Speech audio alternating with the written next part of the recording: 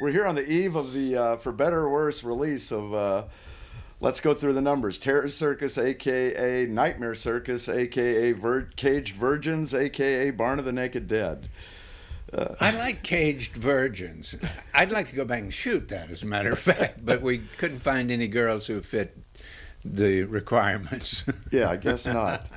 I wasn't too sure. Women, if you want to get it Oh, correctly. I'm sorry. Yes. I like Caged Virgins better. You sure they may have used both titles? There may have been a fifth title because this thing was just all over the place. I'll give it to the guys who wanted to make it were not really filmmakers, but they wanted to venture into it, and they treated me great and they paid me well. It wasn't my favorite script, of course, in the whole wide world, but they were good guys, and we actually, when you do a thing that's called Terror Circus, there's some scenes that you do have a lot of trouble keeping a straight face doing. Putting the girl's head in a bird cage was my idea.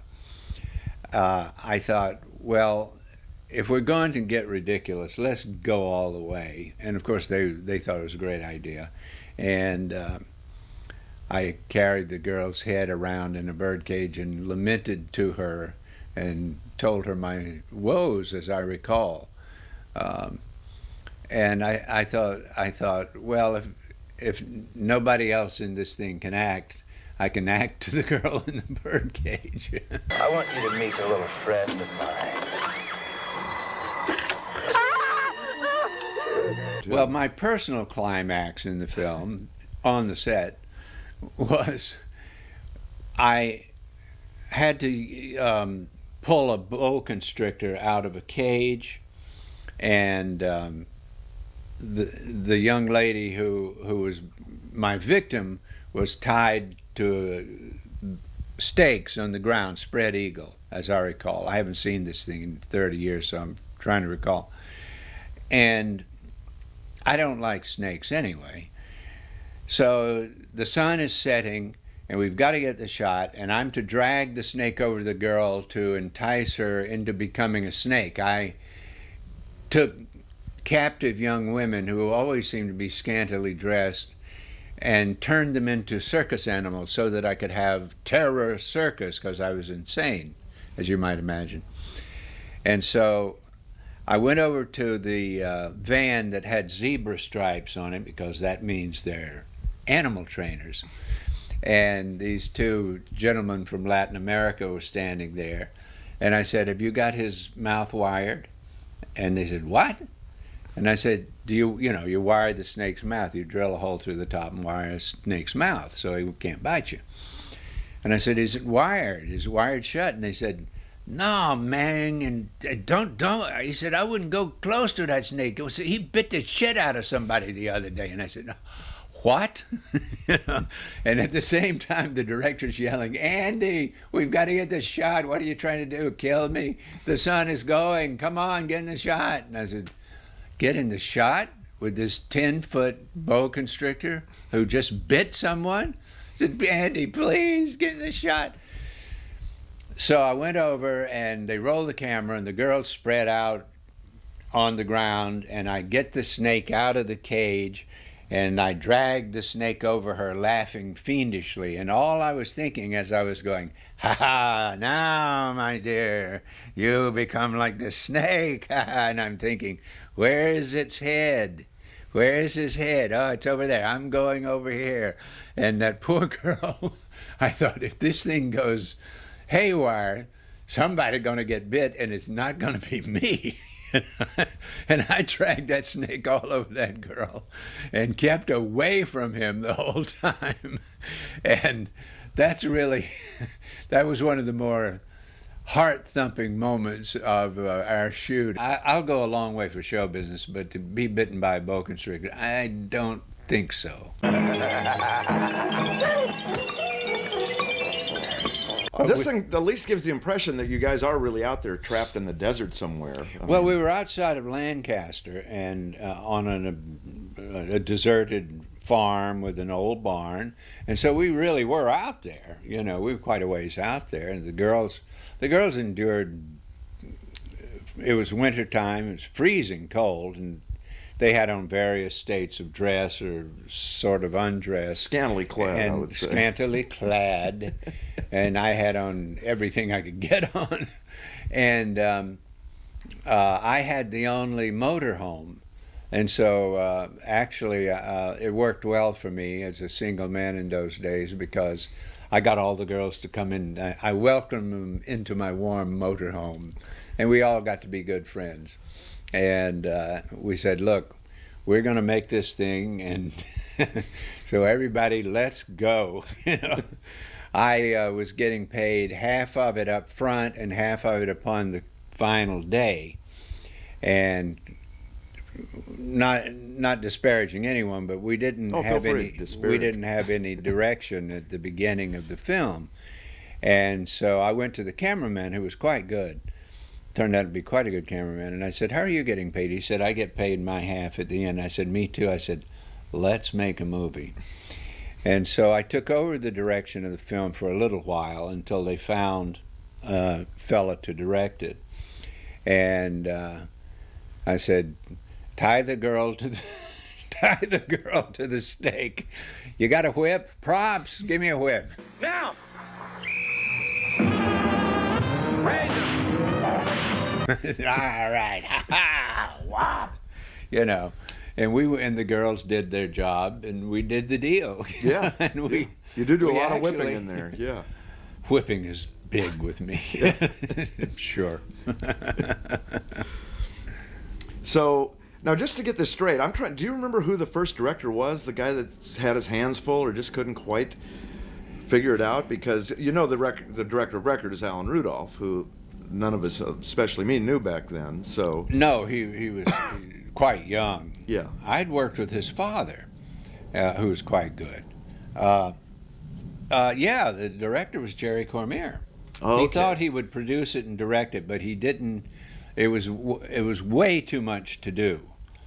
We didn't have a big crew, and so he was way overloaded with what we had to get done. And I'm a simple guy. I'd by then done 1,000 television shows and movies, so give me a master, give me an over the shoulder, give me that one, next. Right. So I could move forward, and I'm not disparaging Jerry at all. He just had too much to do. Right. Now, I was curious also, because I know it's obvious that Jerry's brother, Al Cormier, is in there. Is Jerry in there also somewhere? The last time I saw him He's was the maybe... monster. Jerry Cormier did play the monster. Now, you're talking to a guy who hasn't looked at this thing in many a year. You're speculating, though. But Jerry was the producer, right? Right.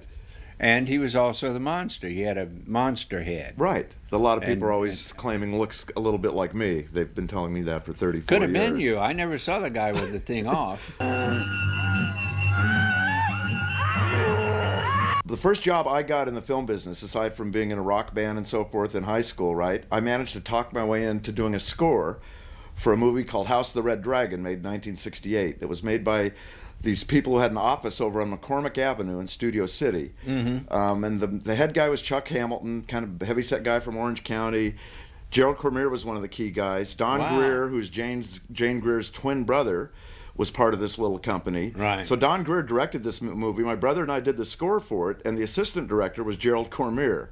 Wow. And this was a pretty Really? horrendous, turn of the century Tong War skin flick called House of the Red Dragon. So I was already familiar with him and this weird little group of people by the time 72, 73 rolled around. So Right, I was right. kind of shocked when I suddenly saw that Gerald Cormier, out of this group of people, because they kept just cranking out these kind of terrible skin flicks and things. And I was just surprised that somehow he went to the head of the pack and had made an actual, what I call, horror movie. Made a real bona fide horror film. Yeah. So when Rudolph finally did come in, what kind of memories do you have of him? I know he just sort of came in to pinch hit or whatever. He's a very nice guy, a very bright guy. I was not receptive because it had been such a rough. I think we had been shooting 2 weeks then, and I was trying to direct it, and it was a rough shoot. We just didn't have enough behind us. I mean, we had to make it up a lot as we went along.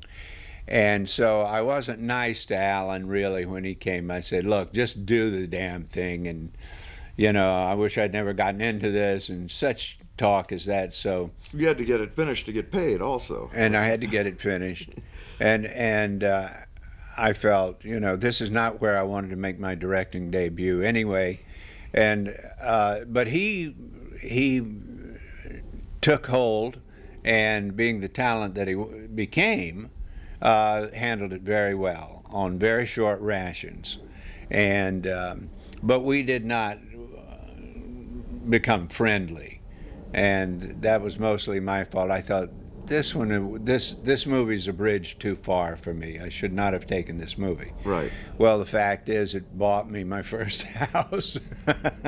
Ah. So I was an ungrateful young man. Now about this controversy, which is kind of weird, and we didn't really run into this till we started researching a little bit, but over the years, as we went back, because we both know Gerald Cormier was a flesh and blood person. Sure. And like you said, was trying to direct. You kind of had to come in. Alan Rudolph then came in. But according to the history books and on the web, if you start looking into it, Gerald Cormier actually becomes Alan Rudolph. And in some of the books, it just says, they say Alan Rudolph directed under the pseudonym Gerald Cormier, which is another mistake.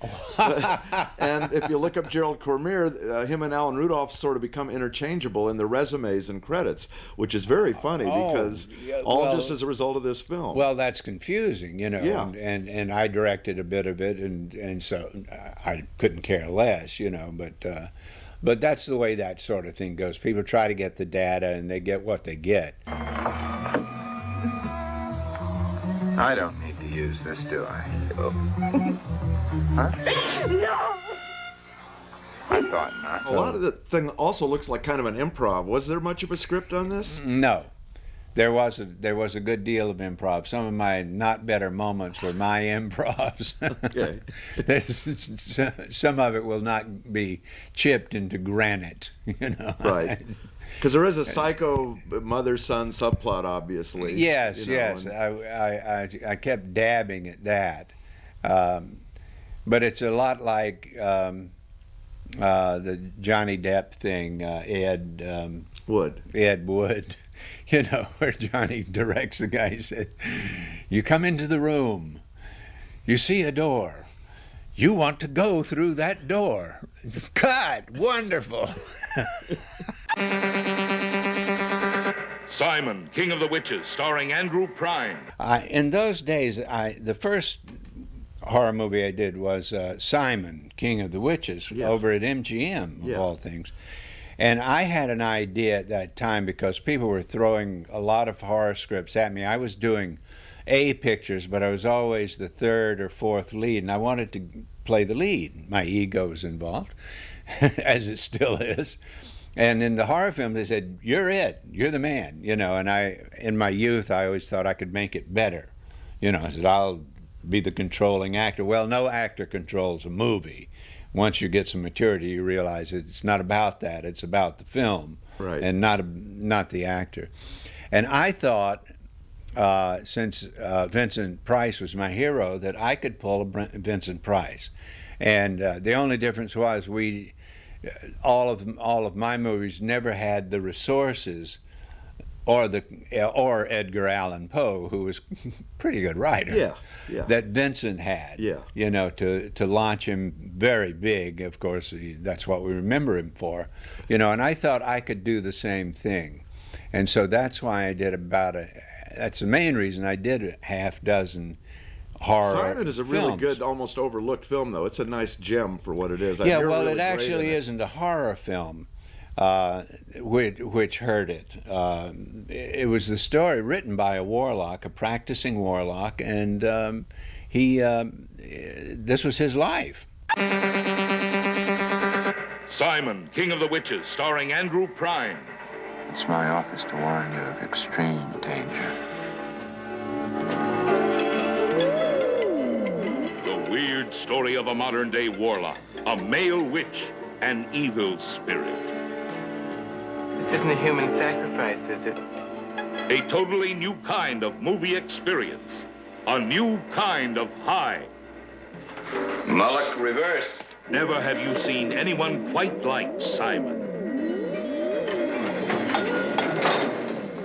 I'll open this mirror at 1:33. The precise moment in time when the gods are unable to resist my thrust into their domain. Charge! Charge! Charge! Simon, King of the Witches, is that once-in-a-lifetime film about witchcraft, black mass, witches' covens, curses, and incantations.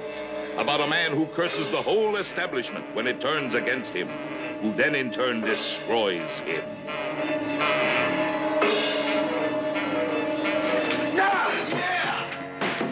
No, the guy who knows this movie, of course, is Quentin Tarantino. Yeah.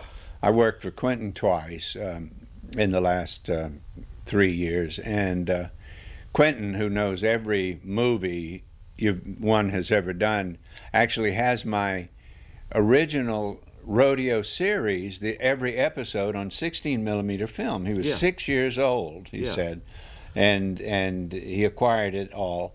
And the great thing about working with Quentin is I don't have to audition. He auditions when Quentin for wants you. you, he wants you. Yeah. And he opened his Grindhouse month with either this movie or Centerfold. I think it was Centerfold Girls. And that was his first movie out of the box there. And that was another movie I thought would never see the light of day, but actually did rather well. Yeah. And had an audience even originally, not later in DVD, but actually had played a circuit. How far is it from beauty to terror? Displaying your body is filth. You dirty the mind of others. Do you know what they should do with little girls like you? I'm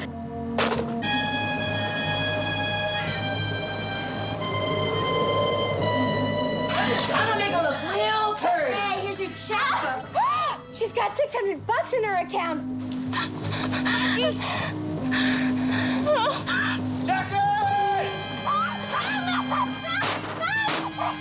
You're a bigger bum than I thought. Even the worst Main Street sluts put up a fight. I just want to help.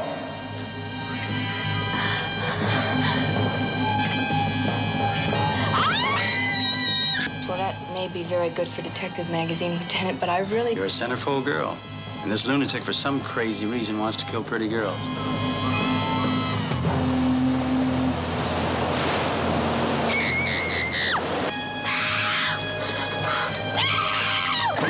He had his choice of the most beautiful girls in the world.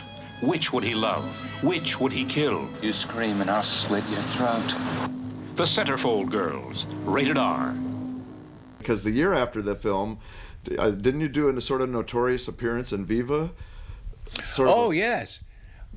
I did that for first for my vanity, and totally nude, and with my, I think she was my wife at that time, with a very nice person, and they also would talk about Centerfold Girls, and we needed to get it released, and it got it released, and got me more girls than Frank Sinatra. Yeah, because that was, I guess, a women's feminist sort of early magazine. I was in my mid-30s, I guess, and I thought, and I admit to this, my vanity was involved. I said, I'm at the peak of my physical self, and I'd like a record of me. I don't mind. But there was quite a lot of fun, and it was of the times. Yes. That was those crazy 70s. Freewheeling.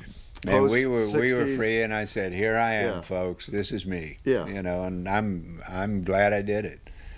I'll always have Paris. Yeah. Okay, I'm just going to mention a couple other films along the way. Sure. The Evil. The Evil was quite successful. Made a lot of money.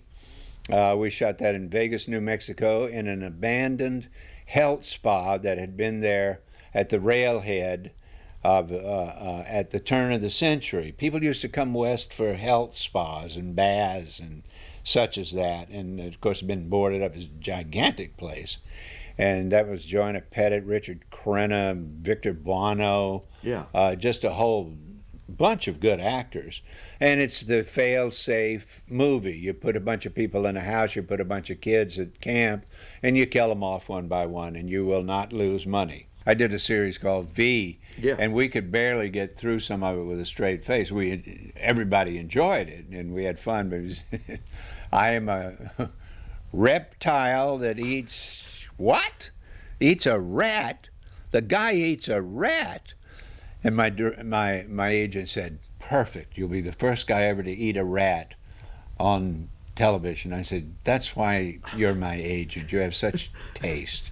The first time I think we actually met was at Leo Gordon's wake or whatever it is. You just told me an amazing story about that. Yes. Now, it's funny thing is, I was sitting there and I was going, man, there's Andrew Prine. I was trying to get up the nerve to come over and introduce myself and say hello to you.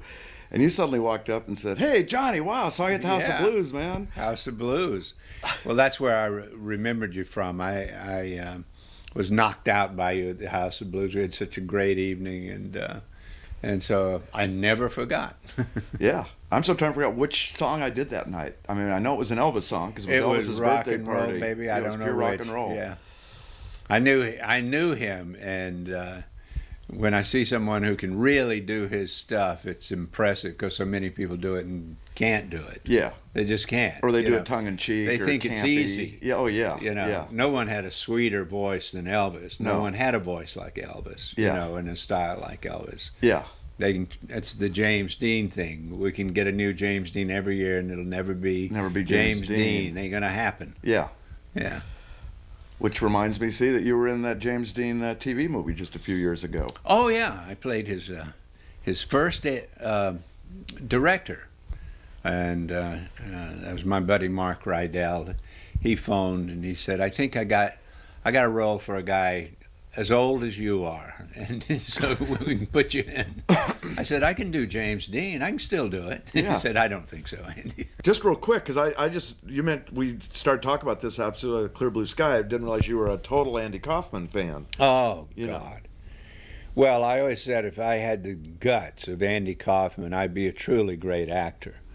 Because the difference between being a good comic, good actor, and a great actor is not about talent, it's about guts.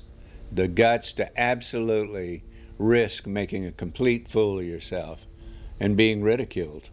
And no actor wants to be ridiculed. We're so frightened of it. And yet we're the people who are going to be on the 6 o'clock evening show where they say, this picture isn't worth a damn. And even my buddy Jimmy Stewart and Hank Fonda toward the end of their careers had trouble finding work because they'd gotten too old. I said to Hank Fonda, I said, you're doing Sergio Leone's movie. He said, wonderful, you're playing your first bad guy. And he said, I have no choice.